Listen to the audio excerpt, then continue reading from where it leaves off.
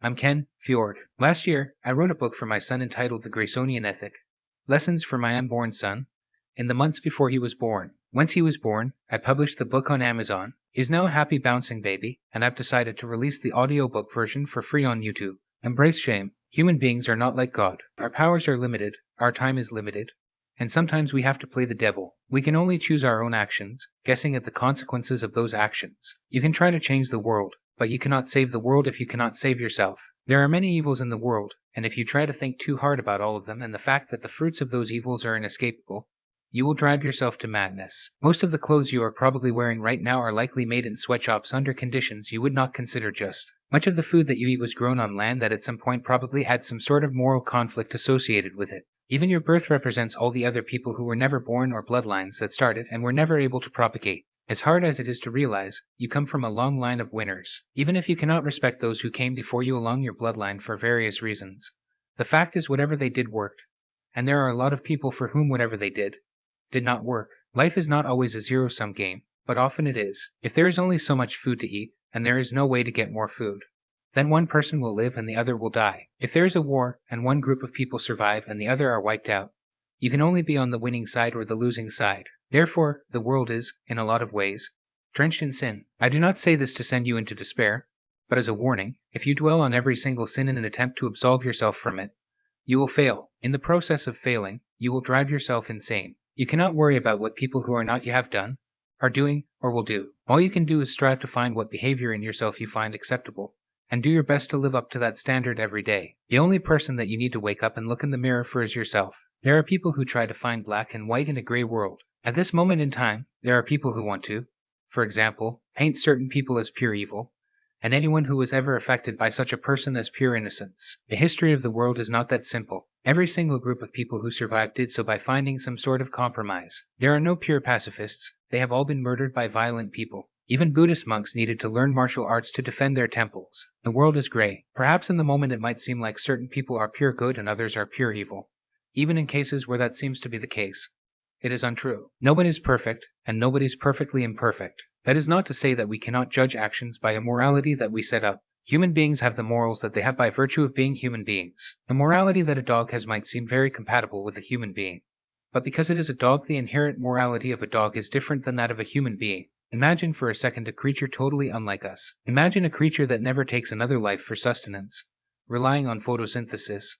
A creature that, unlike us, does not require another creature to procreate. Using asexual procreation, such a creature's morality would care very little about all of our sexual morality because that is simply not a behavior that they engage in. They might even look at vegetarians as monsters, consuming life to sustain themselves, a concept literally unthinkable to such a creature. Perhaps such a creature would have absolutely no use for any of the social morality that human beings have developed as social animals. They would have no need to farm, they would have no need to hunt in groups.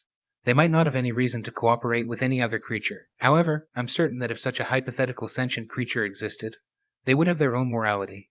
But their morality would be entirely alien to ours. Imagine for a second a sort of sentient hunter race, like a giant spider. They may have a sort of sexual morality, but it might look entirely different from ours. As lone hunters, all of our social morality might be entirely unintelligible to them, and perhaps even our taboo on murder would be something they find very difficult to understand. Some spiders have very bizarre mating habits. The black widow spider famously will eat its mate after copulation. For all we know, such a hypothetical creature might have a very strict set of ethics specifically dedicated to that act of devouring its mate. Moreover, even among humans, a relatively genetically homogeneous species, morality is highly dependent on the current situation. There will always be some set of rules behind society because that is just how things work. But the morality of a rich society where no one goes hungry and the morality of a poor society where even the rich do not know if they will get to eat each day will be dramatically different. One way that you can tell this even within our own society within a fairly short time span is the attitude towards children. Most people do not realize that being a human being has been a nightmare for most of the existence of the human race. Just a couple centuries ago, there was a 33% chance just by being born that you would die before you reach the age of 5.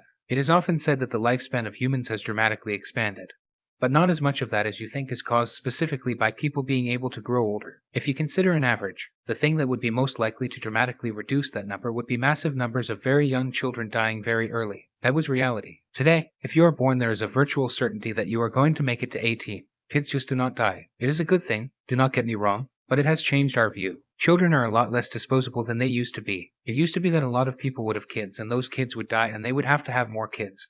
And maybe those kids would live, or maybe they died too. And you would hear stories of families of 6, 7, 8 kids having one heir because a lot of the kids died early. The change in the situation has changed what we consider to be normal. Back then, understanding that there was a good chance kids were going to die anyway, people obviously tried to protect their kids to an extent, but nothing like what they do today. Despite being the safest society in the history of the world, we are also the most paranoid that something's going to happen to our kids. I think that a lot of that changing attitude does come from the fact that it is virtually guaranteed that a child that is born will grow up to become an adult. The idea that just because other moralities exist, we should not accept the morality that we believe in is an absurdity. Look inside yourself and ask yourself, if there was a society where a few thousand citizens owned a few million slaves, and those slaves were treated terribly, and often those slaves were ground up and turned into food, and their bones ground up and the paste used to spackle walls and floors, if they had decided such a status quo was acceptable, would you consider it acceptable? Are you okay with that? You are most certainly judging their morality by the standards of your morality.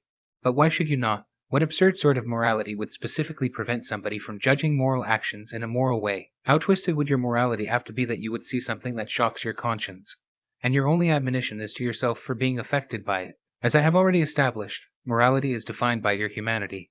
Any morality that requires you to completely shut off your feelings and ignore them even though they are just as inhuman, and we really cannot abide by that. Certainly, there can be a certain level of tolerance for different standards.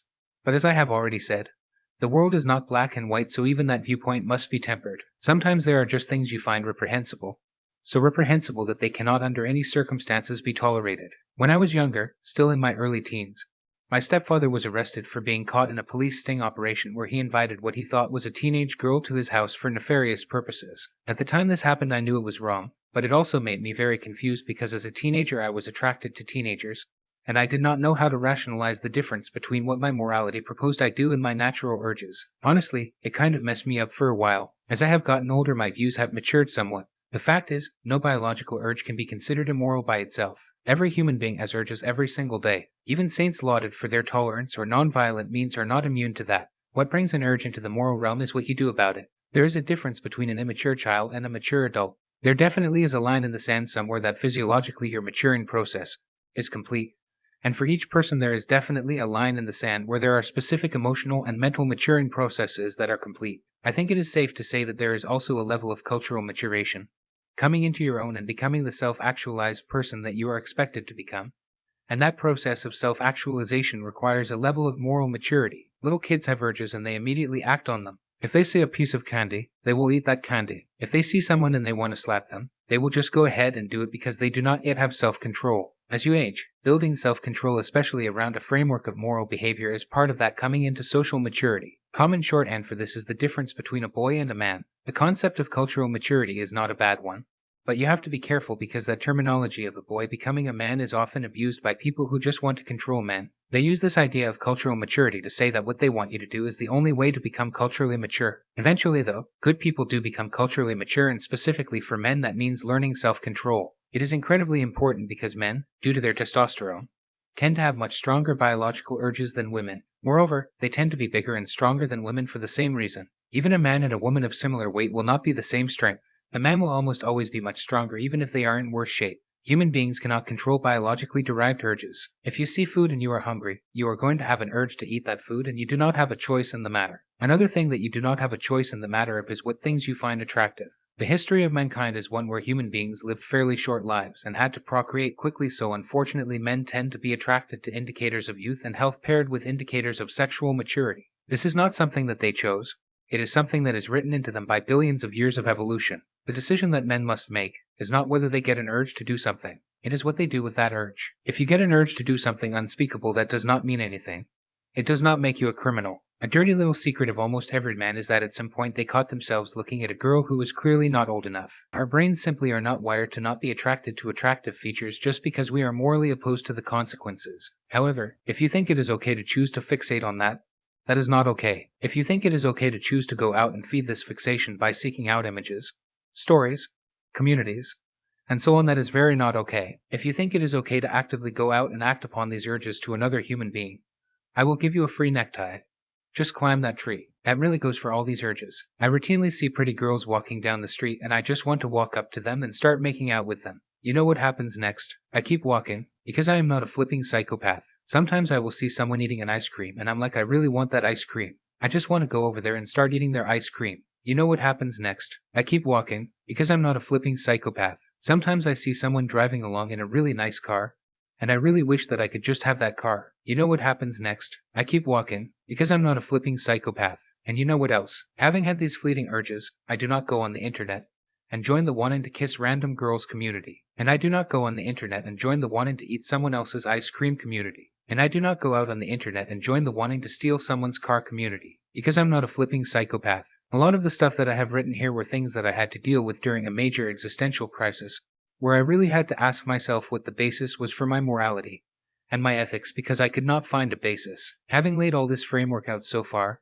I finally make it to my basic point. So having shown that morality obviously exists, and that there is some kind of basis for it, and that the basis is largely set around not what happens to you but what you choose to do about it, there is suddenly great weight in what you choose to do about it. Obviously, if you choose correctly, you are choosing to do the right thing, whatever you define as the right thing. And if you choose incorrectly, you are choosing to do the wrong thing, whatever you choose that wrong thing to be. The dangerous impasse that we reach is when you have chosen to do the wrong thing, and you are actively trying to change such that the wrong thing is the right thing. A moral sense is something that can be incredibly powerful, but without some kind of check in place, it can become something that adds righteousness, self-righteousness to evil. I have seen it a lot in my life, people proposing evil with carefully defined moral calculus to support their reasoning. And that is where you need that internal check, and that internal check is what you could call shame. Human beings are master rationalizers. You see it a lot when dealing with some of the worst dregs of society. Most people think that criminals have no moral code. That is simply not true. They have moral codes just like anybody. It is just that their moral code has been perverted.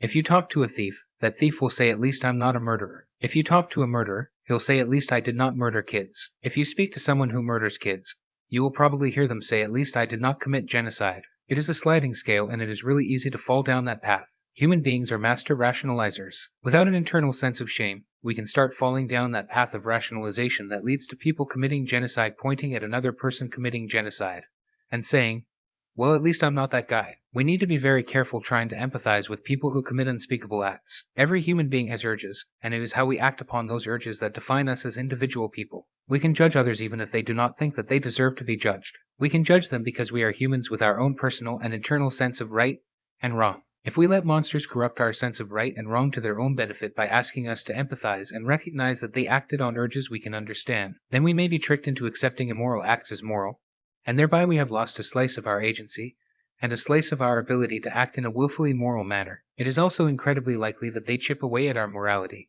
and our ability to act as moral people. If we shamelessly allow the least moral among us to define our morality, and we do not take personal responsibility for guiding our own fate, then it is almost inevitable that one day you wake up and realize you have become a monster you cannot stand. Embrace shame, not to the extent that you cripple yourself, but to the extent that you empower yourself by taking control of your own life and living the way that you want to live, the way that you would be proud of yourself looking back on how you lived. Remember that you, yourself, will have to wake up 1 year from now, 5 years from now, 20 years from now, 60 years from now, and you will remember all the things that you have done.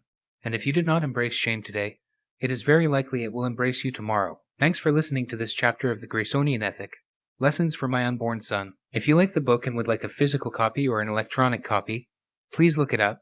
It's available on Amazon around the world. Barring that, please like and share with others. I'll be releasing one chapter every week, so if it hasn't been completely released. If you're interested in hearing more, you can subscribe to see when I post additional chapters.